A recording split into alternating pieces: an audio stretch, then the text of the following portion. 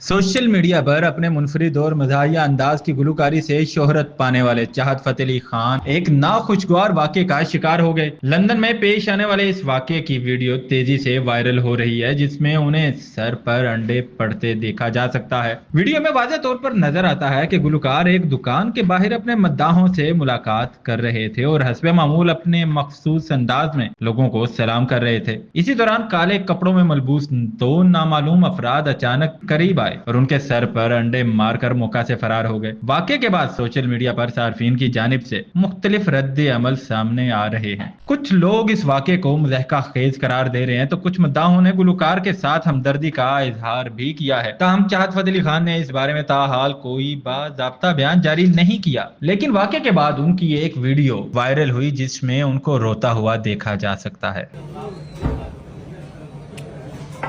की करनी है तुम साल। ओहो जज्बाती।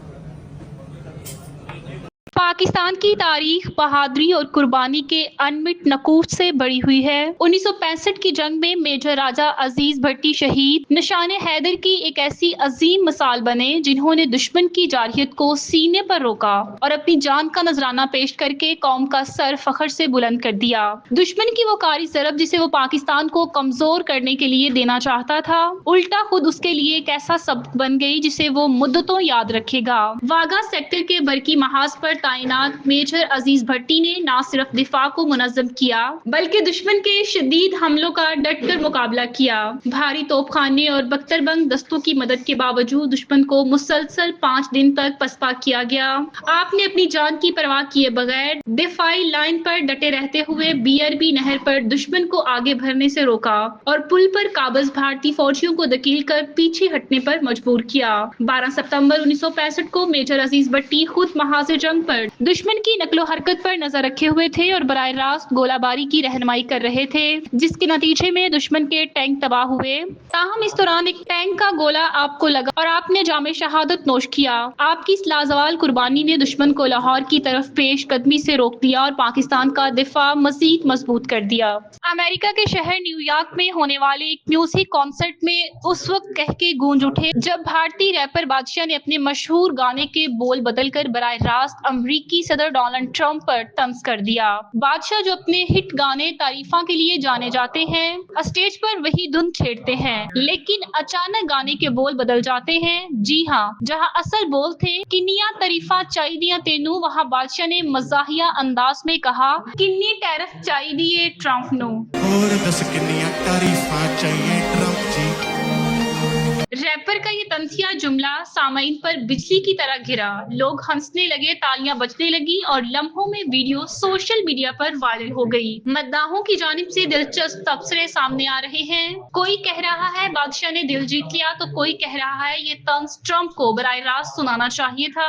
याद रहे कि ट्रंप ने भारत पर इजाफी टैरिफ आयद किया था, जिस पर अमेरिका और भारत के दरमियान कशीदगी बढ़ी और अब बादशाह ने अपनी म्यूजिक बीट पर ये तंज शामिल करके मद्दाहों को न सिर्फ महफूज किया बल्कि एक नई बहस भी छेड़ दी। न्यूयॉर्क के स्टेज से उठने वाली ये गूंज अब दुनिया भर में सुनाई दे रही है। बादशाह का तंजिया अंदाज ट्रंप पर बराह रास्त अटैक बन गया है और देखना यह है कि इस तंज का जवाब कभी व्हाइट हाउस से भी आएगा या नहीं।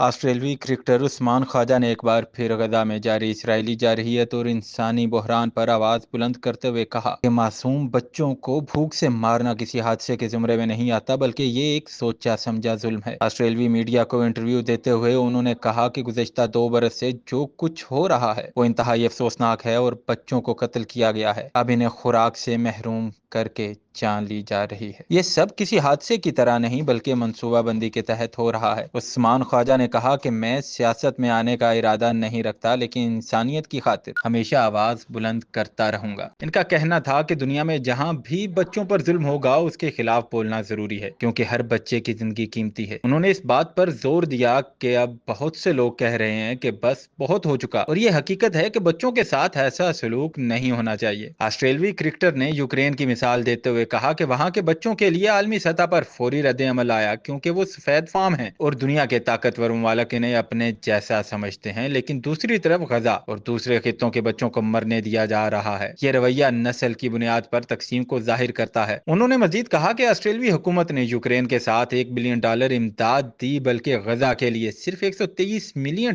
مختص کیے۔ یہ فرق بھی ظاہر کرتا ہے کہ انسانوں کی قدر ان کی نسل اور رنگ کے اعتبار سے کی جا رہی ہے۔ عثمان خواجہ نے کہا کہ وہ کھیل کے ساتھ ساتھ انسانی حقوق کے لیے بھی آواز بلند کرتے رہیں گے، کیونکہ خاموشی ظلم کو تقویت دیتی ہے۔